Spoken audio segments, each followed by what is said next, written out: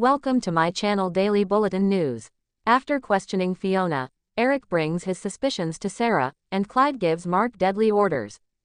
Mark visits Clyde in prison. He reports that Abigail convinced Chad to go to Paris to avoid traumatizing the kids. She's a good person. Clyde has done his homework on her, she's no saint. Mark never said she was, but she's never done anything like this before. Neither has he. Lucky for Clyde, they'll do anything to save their mama. He'll deliver her safe and sound once Abigail comes through. Mark promises it won't be long before Abigail is Mrs. Chad DeMera. Clyde wants her to be the widow DeMera. At Chad and Abby's apartment in Paris, Chad explains to Abigail that they lived there for a year with the kids. She has a good feeling about the place and thinks it will change everything. He's just happy to be there with her. As he pours wine, she asks for stories of their time there. He recalls when Abby made them recreate the TLC waterfalls video with Thomas in a park.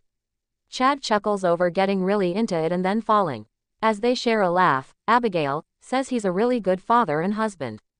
That's because I had you by my side, he says. Maggie brings lemon bars to Julie's house. As they eat, Julie tells Maggie about meeting Abigail.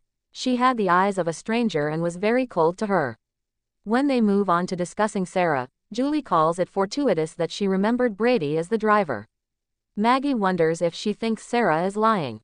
At the Kuriaki's mansion, EJ refuses to let Sarah retract her statement about Brady. She and Xander push back, but EJ won't have egg on his face. If Sarah retracts her statement, he will have her arrested and charged with perjury. Sipping a drink, Eric coldly eyes Fiona across small bar. He thinks back to overhearing Sarah tell Fiona that no one can know what they were talking about. He approaches Fiona and introduces himself as Brady's brother. He sits and asks about the night of the accident. She wonders why she'd know about that. Because you were with Brady that night, weren't you? He says, pointedly leaning forward. She uneasily says she was planning on ending things with Brady that night. When she got there, she had to de-escalate his argument with the waiter. Brady had a couple more drinks, and he left. Eric counters that the waiter said they left together. In Paris, Chad tells Abigail that everything wasn't perfect there. He worked too much, and someone from her past, Austin Reed, showed up. They had some rough times, but they always got through them together. He takes her hand and says, "That's why I know we'll get through this, too." Abigail pretends that she's starting to remember. Not specific events, but feelings of being there. For the first time, she feels like Abigail Johanna Devereaux DeMera. Chad leaps up to embrace her. She remembers how much she loves him and passionately kisses him. In the prison visitor's room, Clyde says it'll be easier to get Chad's money if he's dead.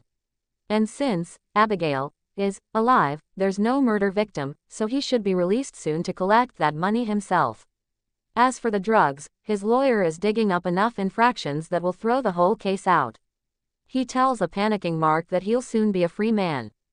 At the Horton house, Julie tells Maggie that if it were her, she'd be highly motivated to make sure the person who paralyzed her paid. Maggie doesn't think Sarah would be dishonest to make that happen. Maggie hopes once Brady's incarcerated, Xander and Sarah can move forward and heal. Julie looks off dubiously. They return to discussing Chad and Abby, hopeful Paris is doing them good. When they marvel over Clyde's involvement, Julie declares that since he's in Supermax, he can't hurt them ever again. At the mansion, Sarah desperately tells EJ she made a mistake. He says that mistake will cost her 10 years behind bars. Brady agreed to that sentence, and EJ will make someone serve it. If not Brady, then Sarah. He will use Sarah's original statement to put Brady in prison. If they try to stop him, he'll just have Sarah take Brady's place. He leaves it up to them and departs. Seething, Xander leaves to talk to Kristen in hopes she'll still give them the serum. At small bar, Fiona tells Eric that Brady initially left alone, but she followed him outside and offered to call him a cab. He insisted he was fine, so she let him go. Eric asks if she was drinking that night. Offended, she states she hasn't had a drink in years because she's a recovering alcoholic. Eric points out Brady's one, too. When she grows tired of his questions, he politely smiles. He says she's been very helpful and leaves. At the prison, Clyde tells Mark he'll be the one to kill Chad. Mark refuses. Clyde says, either Chad dies, or your mama dies. In Paris, Abby stops her makeout session with Chad.